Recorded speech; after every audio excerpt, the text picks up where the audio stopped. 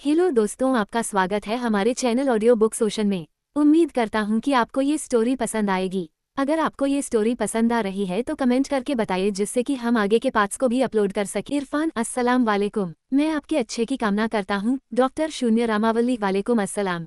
मैं भी आपके अच्छे की कामना करता हूँ। अगर हम बहुत तेज चले तो समय की गति मंद हो जाती है। एक होश में आओ। 2011 की एक रात, मध्य भारत में स्थित एक घर।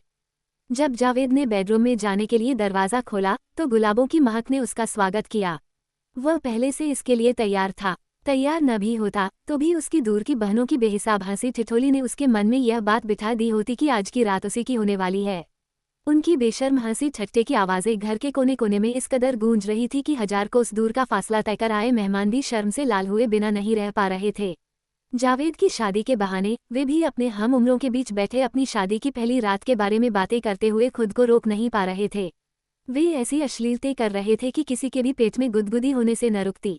जब घर के माहौल में ही प्यार की खुशबू बिखरी हुई हो, तब भला वह दुल्हन इससे कैसे अछूता रहती रह सकती थी, जो अपने झिलमिलाते लिबास को थोड़ा सिमटाए व थोड़ा फैलाए अपने मियाँ जावेद के इंतजार में बेचैनी में बैठी थी।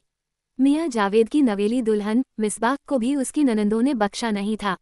जावेद के पहले सभी उसी के साथ हंसी ठिठोली करते हुए उसे बहुत सी हिदायतें दे रही थी। हालांकि वे हिदायतें उसकी सहेलियों और भाभी जान ने पहले ही दे दी थी। सुहागरात के लिए हर नई दुल्हन और हर नया दूल्हा हजारों ख्वाहिशें और कल्पना करता है। और उस इंतजार की तो पूछो मत, वह इंतजार जिसका एक एक पल घंटों जितना लंबा लगता है। फिर चाहे इंतजार फूलों की सजे सेज पर दुल्हन कर रही हो या बाहर दोस्तों व बहनों से घिरा दूल्हा, वह इंतजार ऐसा लगता है जैसे कभी खत्म ही न होगा। लेकिन क्षण क्षण बढ़ते समय के साथ उसे तब खत्म होना ही पड़ता है जब दूल्हा कमरे में घुसते ही दरवाजे की चटखनी बंद कर देता है। अपनी बैसाखी का सहारा लेते व कुछ लंगड़ाते हुए जावेद कमरे में आ चुका था। हालांकि दरवाजे में दाखिल होने से पहले तक वह इसी कश्मकश। तुम्हें गर्मी तो नहीं लग रही? मेरे कमरे में का कूलर मेहमानों के कमरे में लगा है। उसने मिसबा से बात करने की शुरुआत करते हुए पूछा। नहीं, हमें गर्मी नहीं लग रही। थोड़ी घबराहट सी लेकिन उम्मीदों से भरी एक मीठी आवाज़ जावेद के कानों में घुल गई।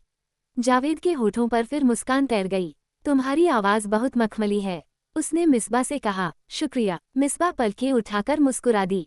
जानती हो, जब तुम्हें देखने आया था तब केवल तुम्हारी आवाज़ सुनकर हाँ कह दी थी।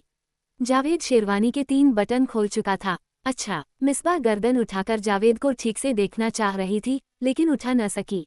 वह शर्मा रही थी। मैं बहुत घबराया हुआ था।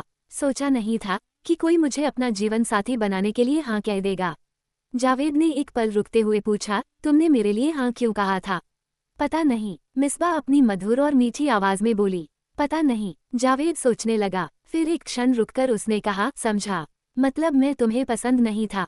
उद्धरण चिन्ह। नहीं, ऐसा नहीं है, हमें आप पसंद थे, अब भी हैं। मिसबा ने झट से बोलते हुए खुद को संयत किया। उसकी आवाज में हड़बड़ाहट जावेद को अच्छी लगी। वह मुस्कुरा दिया। मतलब तुम जानती थी कि मैं एक पैर से विकलांग हूँ? उसने फिर से पूछा। वह अपने मन की सभी शंकाएं निकाल देना चाहता था। नहीं, हमें पहले से नहीं मालूम था, मिसबा ने बताया। तुम्हें बाद में बताया गया होगा, है न? जावेद के हाथ फिर रुक गए। उसे की खड़खड़ आवाज कानों में चुभती सी मालूम हो रही थी। हमें फोटो दिखाया गया था। उद्धरण चिन्ह। कौन सा वाला फोटो? जावेद ने याद करते हुए पूछा। जिसमें आप पूल खेल रहे हैं। उसे देखकर ही हमने हाँ कहा था, तब एक ही बार में पसंद आ गए थे। लेकिन मिसबा कहते हुए रुक गई। लेकिन क्या? पूछते हुए जावेद फोटो के बारे में सोचने लगा। फिर मुस्कुराते हुए उसने कहा, समझा। शायद तब तक तुम्हें अम्मी अब्बा ने बताया नहीं होगा। उद्धरण चिन्ह। हाँ, मेरे उस फोटो में पूल की टेबल पर कुछ गेंदे और मेरा शॉट लगाना ही नजर आ रहा है। अम्मी ने वही फोटो भेजा जिसके लिए मैंने मना किया था। वैसे मैंने सोचा था कि मेरा फोटो दिखाने से पहले तुम्हें मेरे अपंग होने की बात बताई जाएगी। उद्धरण चिन्ह। अल्लाह हमें माफ करें, हमें ये बात कहनी नहीं चाहिए, लेकिन आपके एक पैर से विकलांग होने की बात हमें सबसे आखिरी में बताई गई थी। अच्छा। जावेद को आश्चर्य हुआ। जी, हमें सबसे पहले आपकी खूबियों के बारे में बताया गया था। जैसे? जावेद ने मुस्कुराते हुए पूछा, जबकि वह जानता था कि मिसबा से क्या कहा गया होगा। जैसे आप किसी कंपनी में बड़े पद पर इंजीनियर हैं, अच्छा कमाते हैं, बहुत पढ़े लिखे हैं, इतना कि हम तो उसका आधा भी नहीं पढ़े हैं। आपने शतरंज और कैरम जैसे खेलों में गोल्ड मेडल पाए हैं और नेशनल तक खेले हैं। अब मिसबा की झिझक दूर हो चुकी थी। उसने नजरें उठाकर जावेद को देखा। जावेद शेरवानी के सारे बटन खोल चुका था और पंखे को देख रहा था। पंखा बहुत कम हवा फेंक रहा था। मिसबा भी पंखे को घूरने लगी और जावेद ने मिसबा के चुप होने पर पूछा। अब दोनों की नजरें मिली। और क्या? मिसबा जावेद को देखती रह गई। उसने आगे कहा, इतनी खूबियां सुनकर हमने आपका फोटो देखा, आप हमें हैंडसम लगे, हमें तुरंत हाँ कहने का मन हुआ, लेकिन मिसबा फिर रुक गई और उसने नजरें झुका ली। लेकिन क्या? जावेद ने हैरत से पूछा। लेकिन हम हाँ कहते, इससे पहले ही अम्मी अब्बू हमारे दिल की बात जान गए। उन्होंने हमें आपके अब्बू के बारे में बताया। वे नहीं है न? वो है भी और नहीं भी, वे घर छोड़कर चले गए थे। जावेद मायूस होता हुआ बोला। क्यों? मिसबा को आश्चर्य हुआ। लंबी कहानी है, तुम बताओ। मेरे अब्बू के बारे में बताने के बाद तुम्हें क्या बताया गया? आपके पैर के बारे में। मिसबा सोचने लगी कि जावेद को अपने सही मनोभाव बताए या नहीं, पर जावेद ने उसे ज्यादा सोचने नहीं दिया और खुद ही बोल पड़ा, सच जानकर तुम्हारी सारी खुशी का काफूर हो गई होगी। जावेद ने शेरवानी उतारकर एक ओर रख दी। उसने गर्दन घुमाकर मिसबा की ओर देखा। मिसबा उससे नजरें मिलाने की कोशिश कर रही थी। उसकी आंखों में जावेद के लिए नरमी, प्यार और अपनेपन के भाव आ रहे थे। आपको कईयों ने इनकार किया है न? मिसबा ने पूछा। हाँ, लेकिन मैं हमेशा से उसके लिए तैयार रहता था। जावेद ने लंबी नी श्वास छोड़ते हुए कहा। अच्छा ये बताओ, जब तुम्हें पता चल गया कि मेरा एक पैर आधा ही है, तब तुम कैसे मान गई? अब जावेद अपने दाहिने नकली पैर के बेल्ट खोलने लगा था। पता नहीं। मिसबा जावेद का पैर देखने के लिए थोड़ी झुकी। पता नहीं, ऐसा कैसे हो सकता है? जावेद अपना नकली पैर हटाते हुए रुक गया। शायद हमारे दिल से आवाज आई कि हमें आपके लिए हाँ कह देना चाहिए। मिसबा अपनी सिमटी झिझक को दूर करने की कोशिश करते हुए जावेद के करीब सरक गई। फिर बिस्तर से उतरकर अपने हाथों से जावेद के नकली पैर की बेल्ट खोलने लगी। मैं खुद कर लूंगा, जावेद उसे मना करते हुए बोला। लेकिन मिसबा जावेद का अपंग पैर देखना चाहती थी, ताकि उस नेक दिल और कई खूबियों वाले इंसान के और करीब आ सके जिसे दुनिया द्वारा अब तक नकारा जा रहा था। फिर वह जावेद को अपना मान चुकी थी। जावेद का दिल उसके प्यार को महसूस कर आभार से भर गया। वह मिसबा को प्रेमपूर्ण होकर देखने लगा। खूब सजी धजी दुल्हन उसके नकली पैर के पेचीदे फीतों से दो दो हाथ कर रही थी। जावेद उसे चाहकर भी नहीं रोक पाया। उसे मिसबा का मासूम चेहरा और उसके चेहरे पर आई शिकन भा गई। वो एकटक उसे देख अल्लाह का शुक्रिया करने लगा। जब नकली पैर के सारे बेल्ट खुल गए तब मिसबा उसे जान से अलग करने हो हुई। उसी पर जावेद ने हाथ बढ़ाकर मिसबा को रोक लिया, ये कहते हुए कि मेरे ख्याल से तुम्हें इसे नहीं देखना चाहिए। उद्धरण चिन्ह। इस पर मिसबा ने उसकी आंखों में झांका। उसने जावेद को यकीन दिला दिया कि वो उसके पैर को देखने के लिए तैयार थी, जिसके बारे में उसकी अपनी कल्पनाएं और ख्याल थे, जो उन बातों से उपजे थे जिन्हें उसकी अम्मी और कुछ संबंधियों ने उसके दिमाग में बैठाने की कोशिश की थी। पैर है तो सही, लेकिन कुछ अजीब सा है। मिसबा को लोगों की बातें याद करने लगी। नहीं नहीं, पैर है ही नहीं, वो नकली पैर इस्तेमाल करता है, पर तब भी चल नहीं पाता। उसे एक बैसाखी लगती है। उद्धरण चिन्ह। ऐसी और भी बातें थी।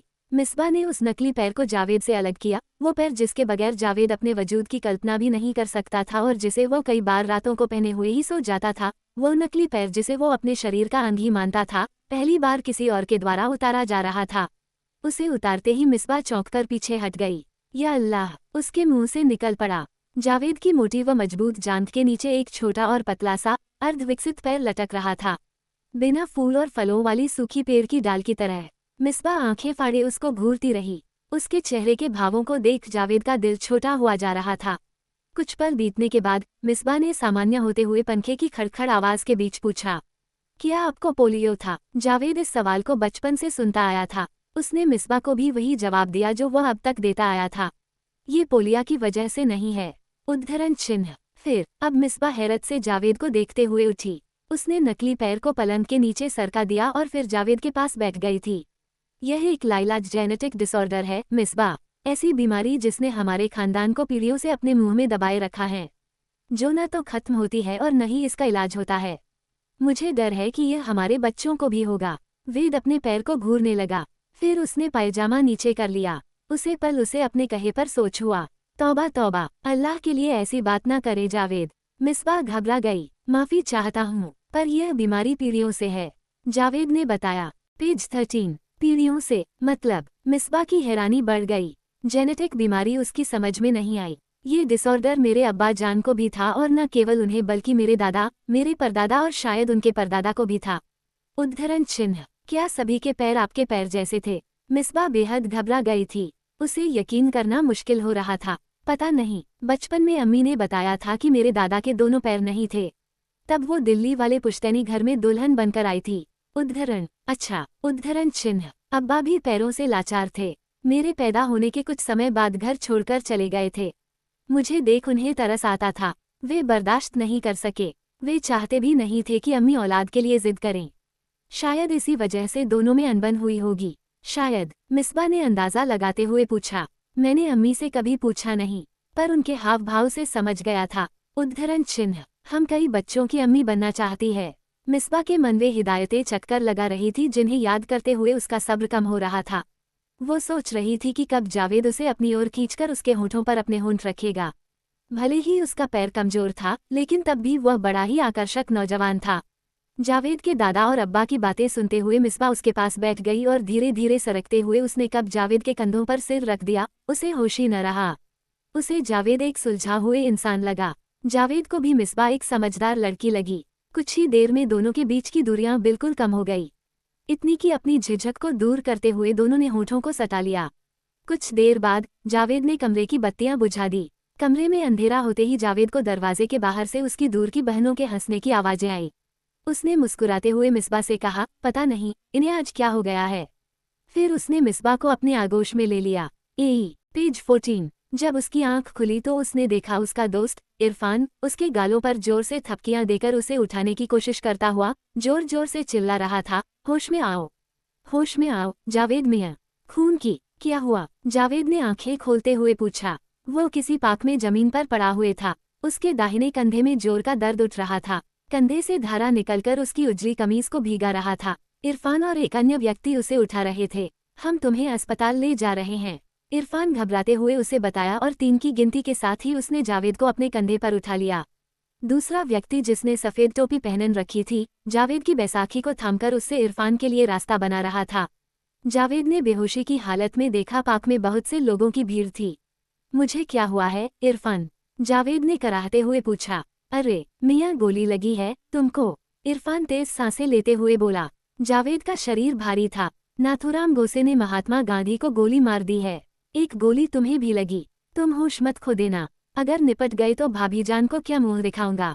साला ये समय यात्रा भारी पड़ने वाली है, बड़बड़ाते हुए इरफान ने अंतिम वाक्य कहा। यूरो क्यू पाउंडस, भविष्य में जाने के लिए प्रकाश की गति से यात्रा करनी होगी। 2. पर्ची नष्ट कर देना।